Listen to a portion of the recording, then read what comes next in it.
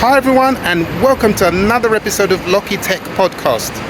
My name is Shola, and today's podcast I do want to talk about the iPhone 16. Not to be confused with the recently released iPhone 17, this is definitely the iPhone 16. I've had this phone for, I think it's just coming up to 1 year now. I purchased it, I'm sure, pretty much just after release in September 2024. And I've got a lot to say about this device. Now, if you're new to my channel, welcome. And if you're a returning viewer, also welcome. So the structure for the video is very simple. What I like to do is talk about the pros of this iPhone 16, and I shall go on to the cons. Obviously, I cannot cover everything, but this will give you a flavor of this device. Now, one thing I will say is that if you're interested in this device, don't worry, I'm not selling anything.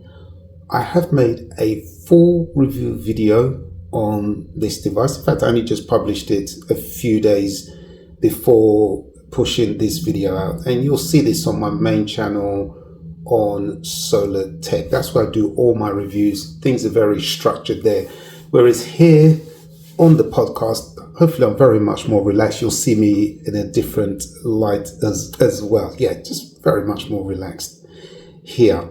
And just to show you, look, even though, look, I've still got things I want to talk about this device. So yeah, so even though it's not as structured as on my main side, but it's good. I've got to be honest, I don't usually cover iPhones on my channel because I started with the 3GS, and then I think I went all the way up to the 6S. That phone died on me, and then there's the 6S Plus.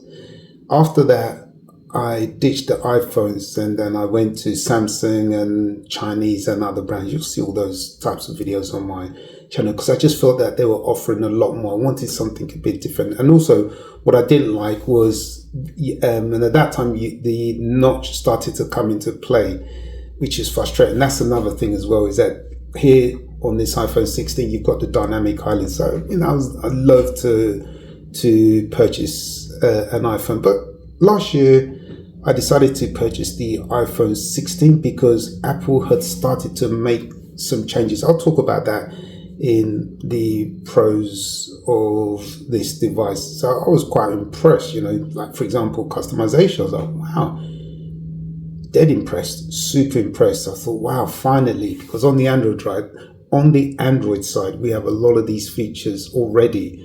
And I just feel that Apple really should be given more, like for example, this was $800 brand new, but before you'd be thinking, hold on, people paying so much money, but Apple not giving customers level of customization is very much locked down. Don't like that at all. So so once I started to see all these things that were on the iPhone 16, I thought, okay, yeah, I'd invest in it. Still not perfect, but you'll see, I'll go through them. But right, so with that said, let's get on to the pros. So the first thing I want to say about this iPhone 16 that I really like is that it's very compact size, and also it's very lightweight. And as a result, it will fit into most bags, jackets, even shorts pockets. If you take it out running, which I've done, it hasn't weighed me down at all. I really like that. Really nice. And, if you're looking to buy this, especially if you're a female, you won't have any issues at all. And the other nice thing about this iPhone 16 is that the color. So obviously this is the ultramarine blue, and then in total they come in 5 different colors. And I just think they are really nice and striking. And I think whichever color you buy, you won't be disappointed at all.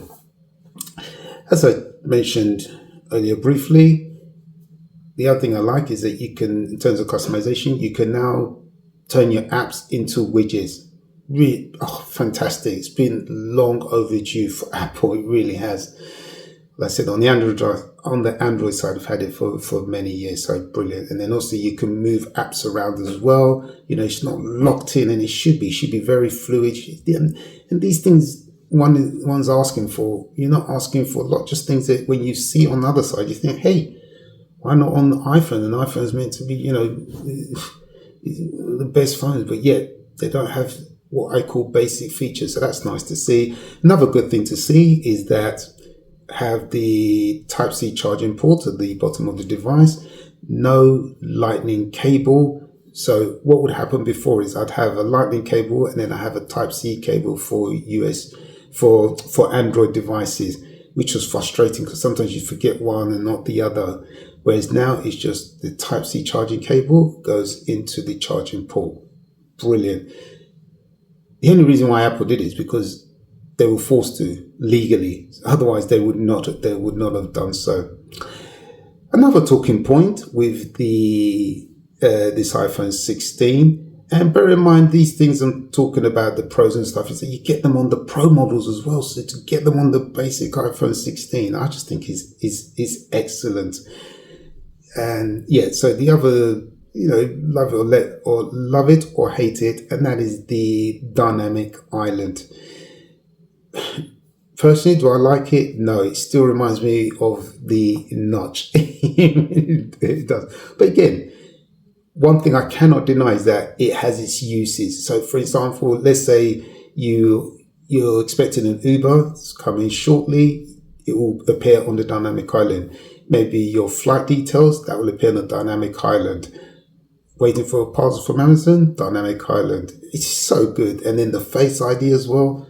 Oh, it is really good. Yeah. So, I have to admit, it has its uses. I just feel that but again, horses for courses. Some people like it. Some people will loathe it, but no doubt it is functional. In terms of the cameras,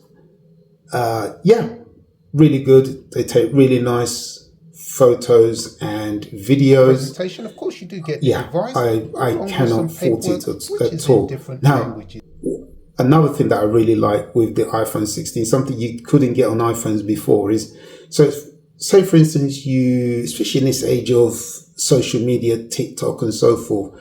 So what used to happen is if you started to record, press the record, but let's say for instance you want to pause, you couldn't do that. You had to record, stop, then press record again, then stop.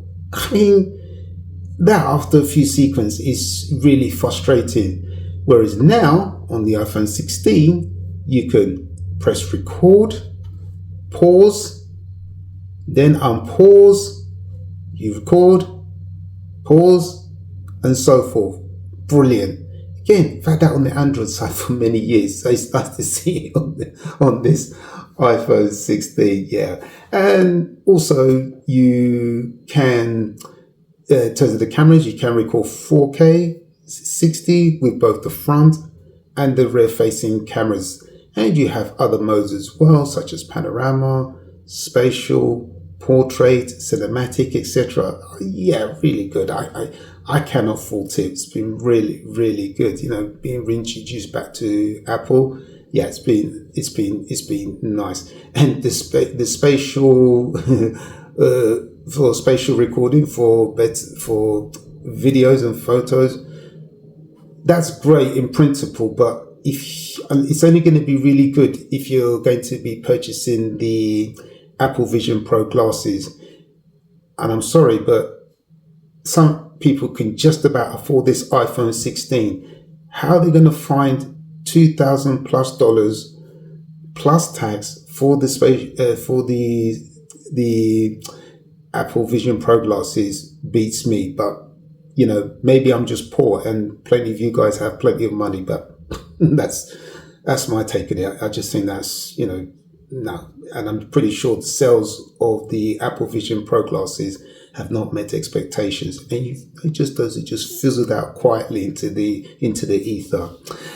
Another good thing that I like with this device as well, and again you get it on the Pro series as well, is the action button. Yeah, really good. And you can do so many things with it. Yeah, and I cover a lot of this in the full review video. And also, one thing I should mention is I also made I did a first, I'm sure like a first impressions video, and that will be on my main channel on solar tech. So as I said, yeah, the action button, really good. Oh, does so many things. Oh, fantastic. And also you have the camera control button. That's really good as well. Again, some people like it, some people don't like it. I think it's pretty good. You know, why not? Yeah, I think once you get the hang of it, yeah, it does work. The other thing about this phone is that it is an all-day phone with medium use. If you're going to be playing a lot of games, no, it will not last you all day. I think pretty much like any device, if you play games, they're very demanding on the battery. No, and that's the other thing is if you throttle this device and you do so much on it and you let it get too low, because charging, that's another issue. I'll come on to that later. So basically, if you play games, it's not going to last you all day. That's the bottom line there. In terms of software, what can I say? It is on point. This thing, it doesn't skip a beat. No matter what you do, it is reliable. No matter what you throw at it, it will handle it. Honestly, yeah, really good. Like I said, I've had it for about a good year now. It's just, it hasn't skipped a beat. Brilliant, fantastic. And moving on from that, in terms of overheating issues, I have not experienced any overheating issues. And I've taken this phone to different countries around the world, the UK, here in the US, taking it to Brazil, to parts of Europe. So you can imagine I've taken it where it's 90 degrees Fahrenheit. This thing has not skipped a beat. Yeah, I've got to admit, I'm really, really impressed from that point of view. Yeah, excellent. And of course, the big talking point is Apple Intelligence. Yeah, it's on there. Yeah, and you have some really good features like the image playground, writing tools, Genmoji, cleanup, which is pretty much like Magic Eraser. You have visual intelligence, which is similar to Circle to Search. You have Translate, ChatGPT. Yeah, if you like AI, yeah, this device has it. And again, just love the fact that it's on the base model. So yeah, really good, really impressed. All right, so those are the pros. So now I'm going to go on to the cons of this device, and I've got a few. So one of them is that it has a 60 hertz refresh rate. Now, there's always the argument that people who use Apple phones, they don't really bother about the refresh rate. But I can tell you, as a tech reviewer, and a lot of other tech reviewers, especially whether they're the tiny ones like mine or those medium size or even the big size, we test lots of different phones. Now, again, I can tell you on the Android side, you will have phones costing probably a third of this iPhone 16, and they have 120 hertz refresh rate, and you're thinking, but this one, $800, and Apple is still sticking with this 60 hertz refresh rate in 2025 going to 2026. No. In fact, I should just clarify that, just up to 2025. Because, and again, I've made this point in other videos as well, and just to show you that hopefully I'm on top of my game and that all this complaining is not, if you see someone else doing it, you just think, well, on Android, why can't Apple do it? After all, they all copy off each other, and it just makes sense. And I think if we don't all voice these concerns, these large companies will just think it's normal to just give, what I call below par specs to say people, because I'm pretty sure there are many people they buy the phones, but they don't know this the specs and so forth.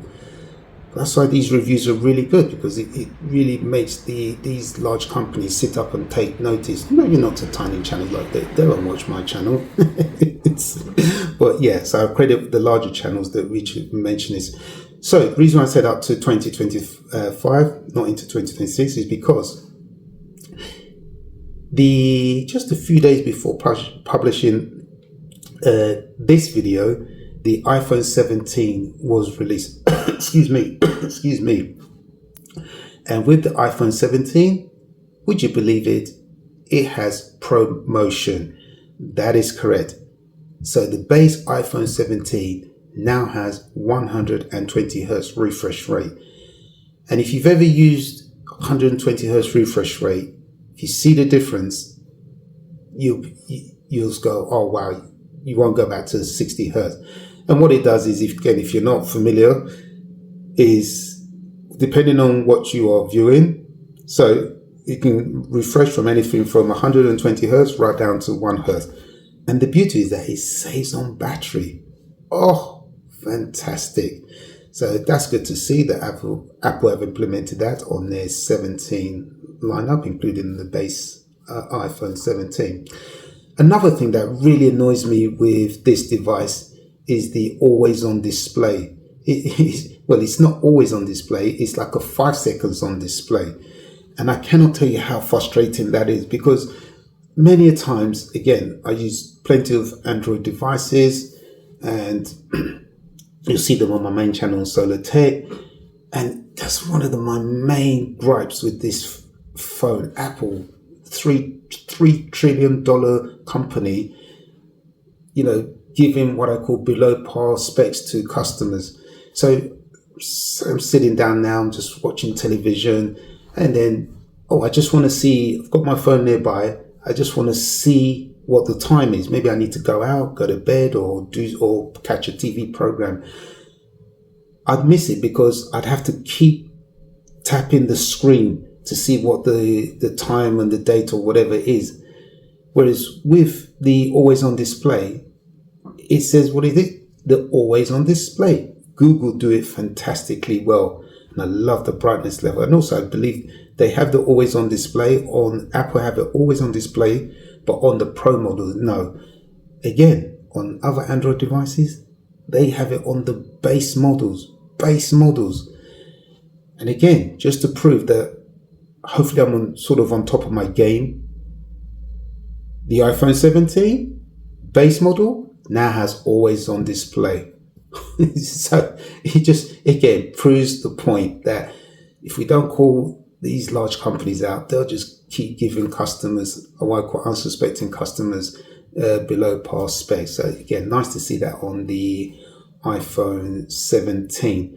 Spoiler alert, I think I'm going to buy the iPhone 17 because, again, I'm just loving the idea that, okay, things I'm seeing on Android devices are now coming over to the base Apple devices. So yeah, I think I'm going to buy the iPhone. I'm 95% certain I'm going to buy the iPhone 17 and review that again on my main channel, Solar Tech. I'll probably talk about it in the podcast. Now, the other thing that really bugs me with iPhones, and this includes all of the ranges from the base to the Pro Max models, and that is you don't have split screen apps. So you can have multitasking, so you can have two apps open on your device, especially on the Pro Max models. Good Lord, how much they're paying. People are paying for that. And it lends itself for split screen apps for multitasking because you have that larger display. So maybe I want to look at Amazon and Best Buy. You should be able to do that. You can't do that on any of the iPhones. So that's still an area that Apple needs to work on. And again, it's not a difficult thing. Like I said, I see it on base Google devices, small devices, probably even maybe slightly smaller than this iPhone 16. They have split screen for multitasking. Excellent. So that's an area Apple certainly need to work on. Yes, Next point, yeah, this one is again, because I use Android devices. What I can't understand is why with the iPhone 16, when you record something, you should be able to record. Okay, you can't. Well, I'm not sure if you can actually. Yeah, you can. So with this video, you can see I can record. You see me, and then so you see me with the front-facing camera, and then you can see the device here with the rate. So basically, you should be able to record two ways at once. Why not? Doesn't have to be. So that just seems really odd. And again, just to prove, hopefully again I'm in touch with reality. With the base iPhone 17, you can now record dual video. So you can see like this video in the front, myself, and then with the rear camera. You see, it's just something simple that, yeah, it should be. So yeah, so it's on the iPhone 17. So yeah, basically dual recording. It should be standard. So nice to see it on the 17. So again, because of these sort of upgrades, I'm really, I'm 95% sure I'll buy the iPhone 17. Okay, next point. Oh God, I don't want to take this too long. It's been a little while, but it's a podcast. Again, I'm pretty much relaxed, and hopefully I'm giving you some really valuable information here. Next point is Apple Intelligence. So yes, there's been talked about the pros of it. Obviously the pros of that, yeah, they're really good, they work and so forth. But the downside was that prior to the iPhone 16 being released, all the advertising from Apple was that, all the iPhone 16 from the base upwards is going to be built from the ground up with Apple Intelligence. And I can tell you that was one of the other reasons why I decided to go for it, because I like the AI. Yeah, I'm really, really into that. But when the iPhone 16 was launched, the Apple Intelligence went missing in action. That's the term I used in one of my videos. It was gone. It just never materialized. And if I'm not mistaken, I had to wait, I'm sure it's about 5 months after the release of the iPhone 16 to get the Apple Intelligence. Again, for a $3 trillion company to struggle to launch this, it left a really sad taste in my mouth. And the worst part is that some of the AI features are still not on the device. Can you believe that? Even a year later. And it's quite interesting because I watched the Apple event for the iPhone 17. He didn't really talk much about Apple Intelligence, and I thought that was quite interesting and quite telling, actually. Yeah, didn't say too much about that. Talked about the products and other things and stuff, but didn't really delve into the Apple Intelligence. They are really struggling. But what I don't understand, because if you use, like I said, I use Samsung devices and other Android devices, but I can tell you, on the Samsung devices, the AI is superb. It makes the Apple Intelligence look quite comical. It really does. It is superb. So what I can't understand for the life of me is what Apple should have done was gone down the route that Samsung and others went down, other Android companies went down, and that is enlist the help of Google, because Google own the AI. Why wouldn't you do that? Like I said, AI on the Samsung and other Android devices work flawlessly. Why wouldn't Apple do the same? And you may say, well, yeah, but maybe they don't want their Google's, into Apple devices. Well, my response to that is that's too late, because if you go into Safari, it opens up Google, so you've got Google baked into Apple devices. So why wouldn't you? It just makes sense. And then you would wait that. Imagine you spend all that money believing that you're going to get Apple Intelligence, and it just goes missing in action for 5 months. And I'm pretty sure that some people still don't have all of the, well, they don't even, no everyone has all of the features, because there's some they started advertising and they just sort of disappeared into the ether. So it is, to me, it's a bit of a big disaster for Apple, for sure. Okay, so moving on. The other thing I don't like with the iPhone is that when it comes to charging, it is pretty slow. Yeah, really, you know, I'm used to Chinese phones where they will charge from 0 to 100% in about 45 minutes, which is incredible. Because, say, for instance, you know, we've all been there. You forget the night before to charge your device. You wake up in the morning, you're ready to go to work or something.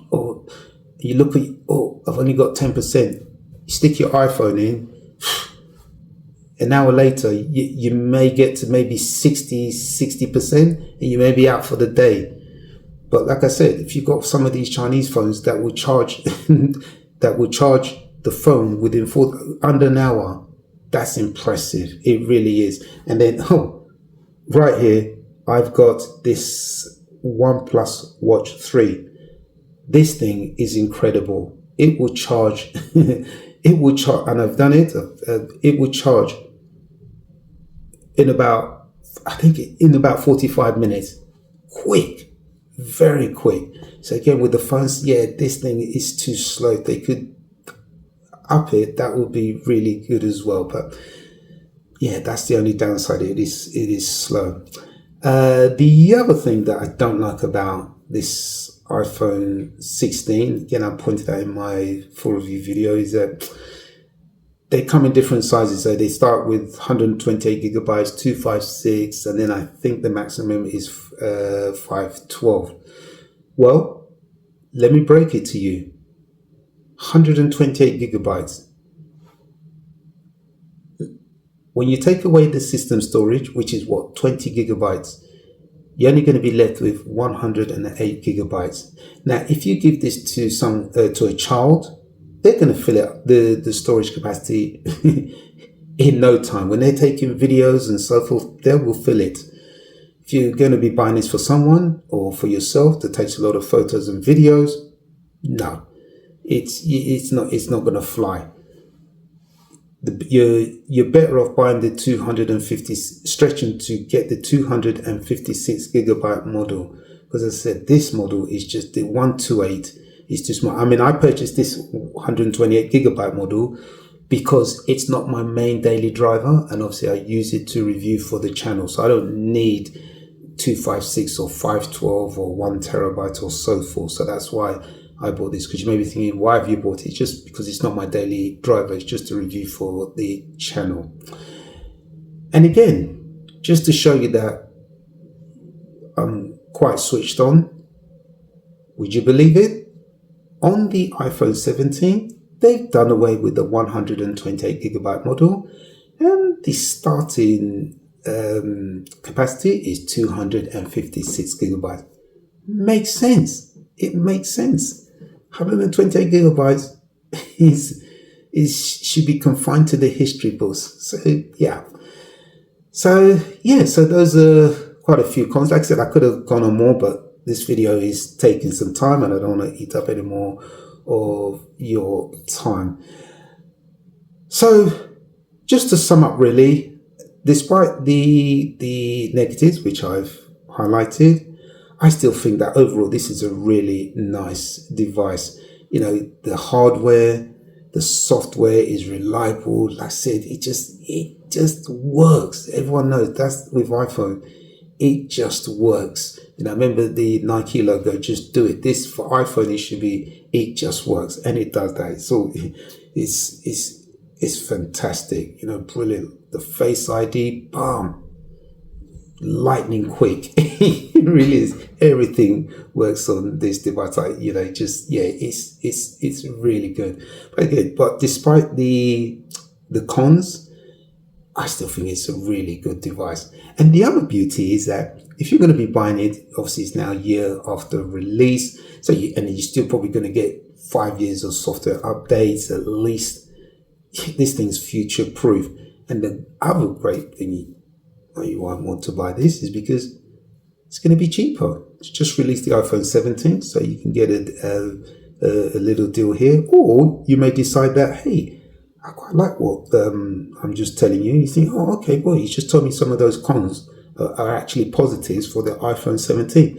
And you may want to get the iPhone 17, and good on you if you can afford it to say yes, because because these devices, they cost a lot of money, even for myself as a tech reviewer. These things cost me a lot of money. No one sends them out to me. I have to pay for them from my own pocket. So that is the iPhone 16. So if you've got any questions, just drop them down in the comments below, and hopefully I'm an approachable person, and I'll be happy to answer them. So that pretty much wraps up this podcast. My name is Shola. Thank you for watching, and I'll see you in another episode. Peace.